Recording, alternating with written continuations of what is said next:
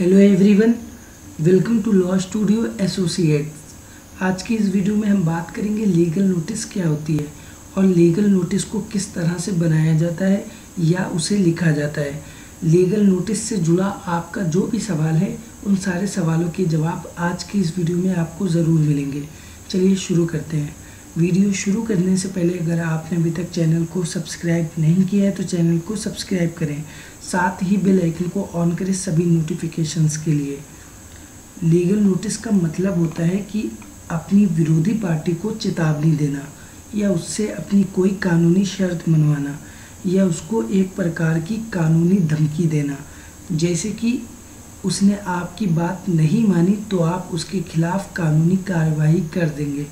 Legal notice से सामने वाली पार्टी को सचेत किया जाता है कि उसने कोई गैर कानूनी कार्य किया है या किसी कानून का उल्लंघन यानी कि वायलेशन किया है, तो अपनी गलती सुधारने के लिए वो पार्टी हमारी शर्तों को माने जो शर्तें नोटिस में लिखी गई हैं। उन शर्तों को मानने की समय सीमा भी नोटिस में लिखी होती है और अगर वो इन शर्तों को नहीं मानता है तो आप उसके विरुद्ध कानूनी कार्रवाई कर सकते हैं। इसके बाद हम बात करेंगे लीगल नोटिस कब भेज सकते हैं। जब भी आपको लगे कि किसी व्यक्ति ने आपके साथ गलत किया है या फ्रॉड किया है तो आप उसे लीगल नोटिस भेज सकते हैं। किसी भी प्रकार के सिविल केस के लिए आपको लीगल नोटिस भेजना ज़रूरी होता है।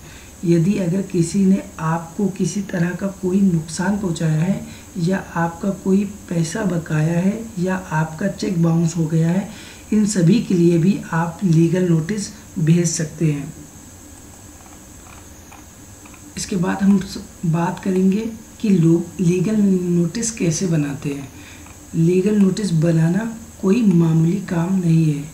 इसे बहुत ही सावधानी से बनाया जाता है क्योंकि जब आप कोर्ट में कोई केस फाइल करते हैं तो उस केस को वापस आप ले सकते हैं, लेकिन लीगल नोटिस भेजने के बाद आप उसमें किसी भी तरह का कोई बदलाव नहीं कर सकते हैं।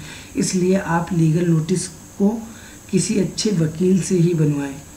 सबसे पहले आप एक सादा पेपर लें और उसमें डेट लिखें और जिसे आप लीगल नोटिस भेज रहे हैं उसका पूरा नाम और पता लिखें।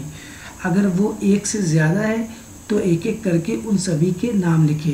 फिर आप सब्जेक्ट की जगह आप लीगल नोटिस का टाइटल लिखें ताकि उससे साफ हो जाए कि आप उस व्यक्ति को लीगल नोटिस भेज रहे हैं, कोई लेटर नहीं, यानी कि आप उसको लीगल नोटिस भेज रहे हैं, कोई पेपर नहीं। इसके बाद आप उस लीगल नोटिस को कैसे भेज रहे हैं उसकी जानकारी भी दें, जैसे स्पीड पोस्ट या कुरियर इत्यादि। इसके बाद आप अपना पूरा नाम और पता लिखें और आपको जो बात कहनी है उसे बिल्कुल साफ और कम से कम शब्दों में लिखें।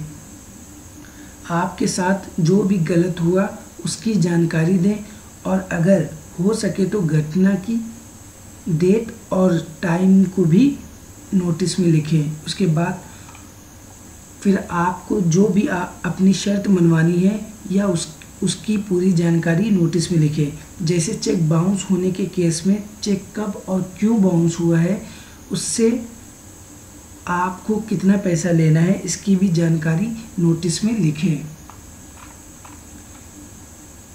आखिर में आप लीगल नोटिस का पालन करने की समय सीमा को भी लिखें। वैसे तो कानूनी रूप से समय सीमा 15 दिन की होती है और अगर आपका चेक बाउंस का नहीं है तो आप इसको ज़्यादा और कम भी कर सकते हैं और आपको ज़्यादा समय देने में किसी तरह की कोई समस्या नहीं है तो आप 15 दिन से ज़्यादा का भी समय दे सकते हैं। लेकिन अगर आपको 15 दिन का समय नहीं देना तो आप 7 दिन का भी समय दे सकते हैं। इसके बाद आप चाहे तो अपनी सामने वाली पार्टी को समय पर अपनी शर्त नहीं मानने पर नुकसान भरने के लिए राशि भी बता सकते हैं और कोर्ट में केस करने की कानूनी धमकी भी दे सकते हैं। फिर लीगल नोटिस के पेज पर अपने सिग्नेचर करें और अगर एक से ज़्यादा पेज हैं तो हर पेज पर अपना सिग्नेचर ज़रूर करें। लीगल नोटिस में सामने वाली पार्टी को नोटिसी कहकर ही पुकारा जाता है, तो इस नियम का पालन ज़रूर करें और उनका नाम लेने के बजाय उन्हें नोटिसी कहकर पुकारें। और अगर एक से ज़्यादा लोग हैं तो उन्हें नोटिसी नंबर 1, नोटिसी नंबर 2, नोटिसी नंबर 3, जितने भी लोग हैं उन्हें इस तरह नोटिसी कहकर ही पुकारें। आज की इस वीडियो में आपने जाना कि लीगल नोटिस क्या होती है और लीगल नोटिस को कैसे बनाया जाता है। इसी तरह अगर आपका लीगल नोटिस से जुड़ा कोई भी सवाल है, उन सभी सवालों को आप बता सकते हैं। और अगर आपको वीडियो अच्छा लगा हो तो चैनल को सब्सक्राइब करें, साथ ही बेल आइकन को ऑन करें सभी नोटिफिकेशंस के लिए। अगली वीडियो में हम लीगल नोटिस से जुड़े कुछ ज़रूरी बातों को भी जानेंगे।